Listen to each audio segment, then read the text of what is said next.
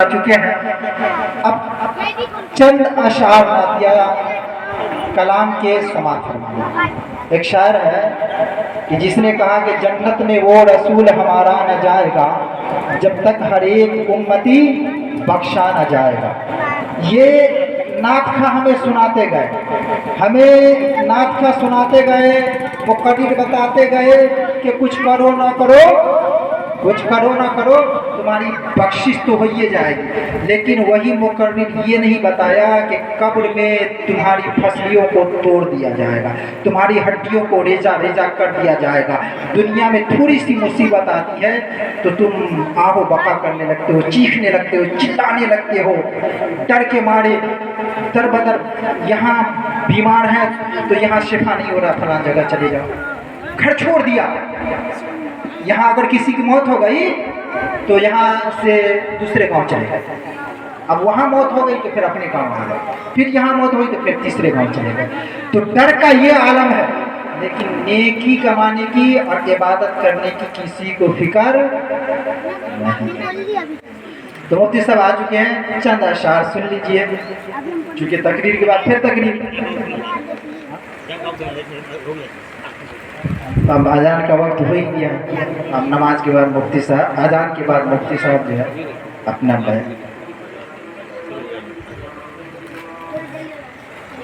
سیدنا شفیعنا حبیبنا مولانا محمد علیہ وسلم صلی علیہ الصلوۃ والسلام علیک یا رسول اللہ صلی اللہ تعالی علیہ وسلم. چند اشعار پیش خدمت ہے، سماعت فرما دیتے ہیں.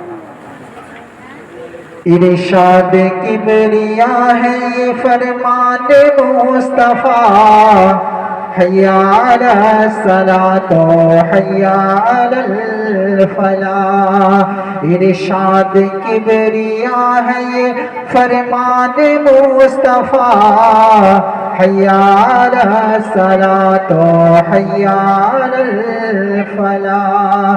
دی حضرت بلال نے کعبے سے جب صدا، حی علی الصلاۃ حی علی الفلاح. پیدا ہوئے رسول تو رحمت برس پڑی تھی، آسمان سے فرش تلک نور کی جھری. پیدا ہوئے رسول تو رحمت برس پڑی تھی، آسمان سے فرش تلک نور کی جھری. دائی حلیمہ گود میں لے کر جو چل پڑی، بیمار اونٹنی میں عجب جان پڑ گئی. باد سوان جھوم کے، باد سوان جھوم کے کانوں میں یوں کہا، حی علی الصلاۃ حی علی الفلاح. ارشاد کبریا ہے یہ فرمان مصطفیٰ، حی علی الصلاۃ حی علی الفلاح. حضرات میرا وقت ہو گیا ہے نماز پڑھانے کا.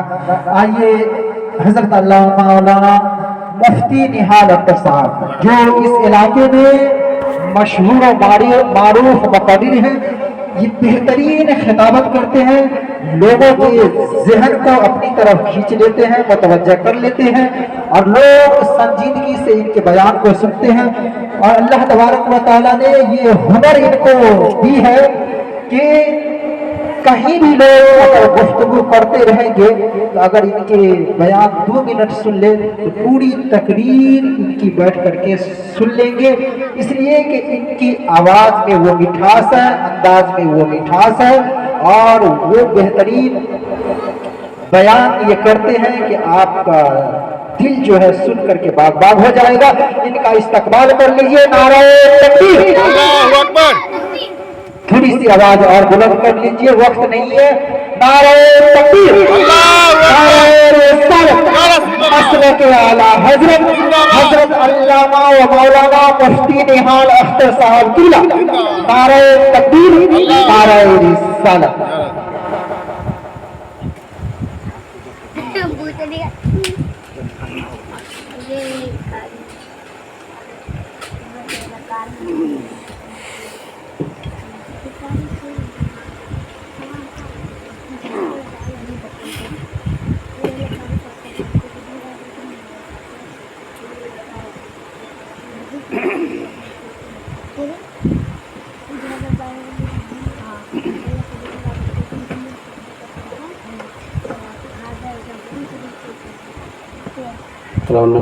معزز علماء کرام،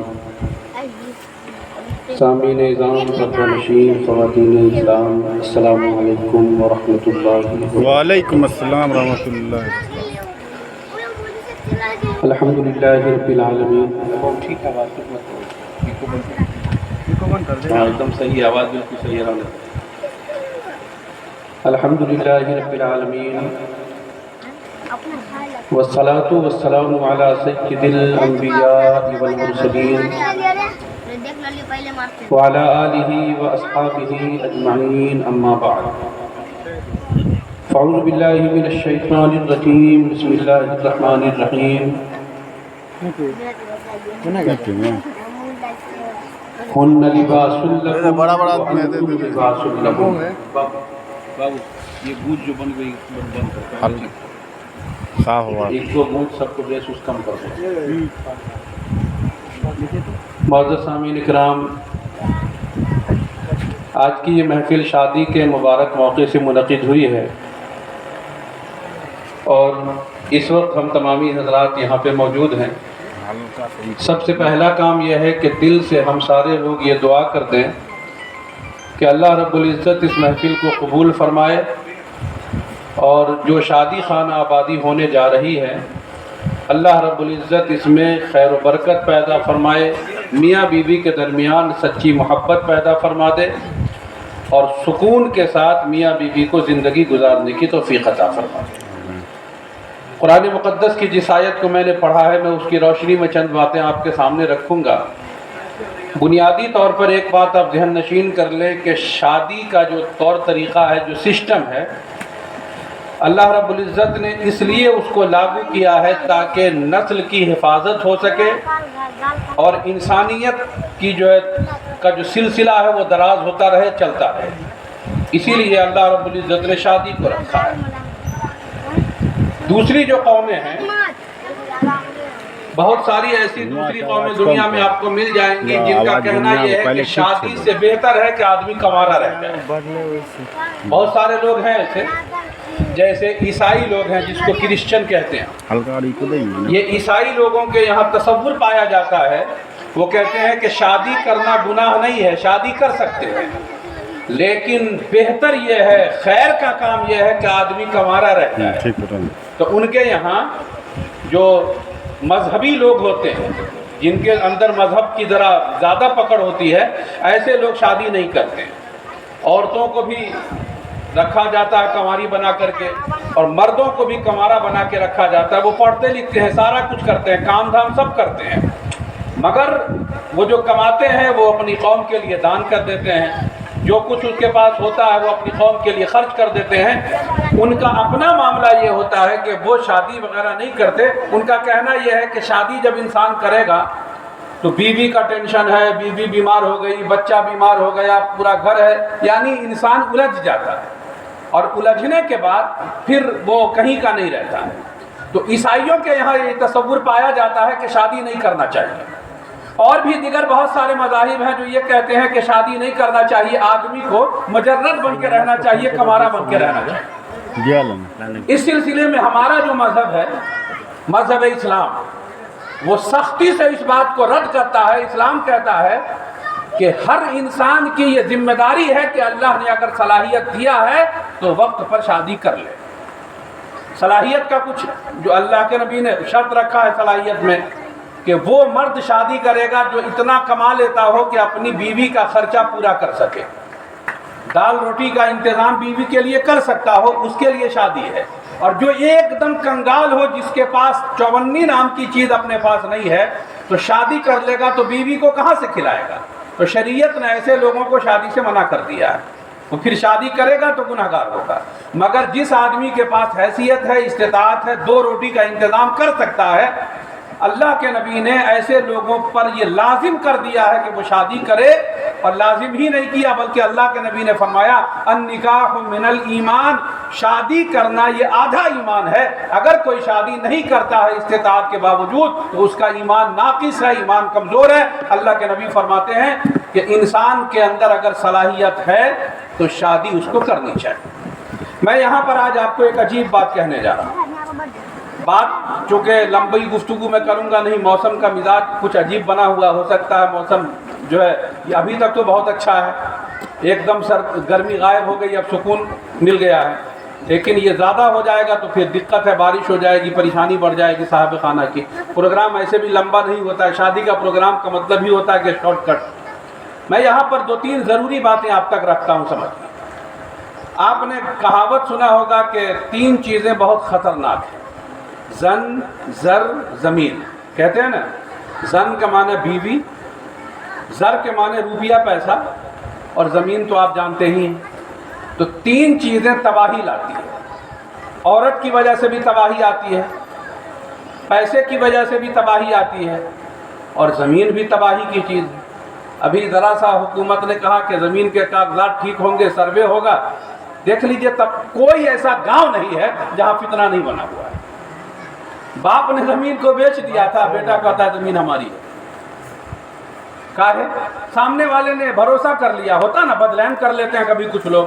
تو اب مان لیجیے ہماری زمین ادھر ہے، آپ کی ادھر ہے، تو بدلین کر لیتے ہیں کہ بھائی چلیے ایک طرف ہم ہو جائیں گے، ایک طرف آپ ہو جائیے. اب لوگ سمجھوتا کر لیتے تھے گاؤں سماج میں، یہی چلتا تھا پہلے.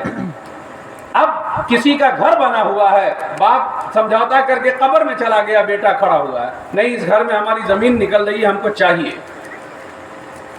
اب گھر تو توڑا نہیں جائے گا. اگر بھائی ٹھیک ہے گھر نہیں توڑیے گا تو ایک کام کیجئے، اس کے بدلے میں ہم کو پیسہ دیجئے. کھیت میں کہیں پر سمجھوتا ہو گیا ہے، بھائی چھوٹا چھوٹا 2 کٹھا تھا ہمارا یہاں پھر وہاں، تو ہم نے بغل والے سے کہا کہ ایک پلاٹ ہم بنا لیں گے، آپ ایک طرف ہو جائیے، لے لیجئے. سمجھوتا کر لیا آدمی نے. اب بیٹا اس کا کھڑا ہو گیا، پوتا کھڑا ہو گیا، نہیں ہم سب کو نہیں مانتے ہیں. ہمارا باپ کیا نہیں کیا. پیپر پہلے لوگ بناتے نہیں تھے، اور پیپر اگر ہے بھی تو پنچ کا پیپر ہے جس کا کوئی ویلو نہیں ہے سرکار کے یہاں. کل ملا کر کے فتنہ پیدا ہو گیا. تو بیوی کی وجہ سے بھی فتنہ ہوتا. عورت یہ فتنے کی جال ہے. اللہ کے نبی نے فرمایا النساء حبالۃ الشیطان، یہ عورت جو ہے شیطان کا جال ہے. سارا فتنہ وہیں سے شروع ہوتا ہے. تو عورت تو فتنے کی جال ہے ہی. اس کے بعد پیسے کے چکر میں دنیا میں جتنا فساد ہے اس وقت سب پیسے کی وجہ سے. ابھی دیکھیے NH57 بنا ہوا ہے یہاں پہ، آدمی چین سے اس پر چل نہیں سکتا. دن دہاڑے کسی کا موبائل چھین لیا جاتا ہے، کسی کی گاڑی چھین لی جاتی ہے، کسی کے ساتھ کوئی حادثہ ہو رہا ہے، سب پیسہ کے چکر میں ہو رہا ہے. ایک دم آدمی کا سکون غارت ہے.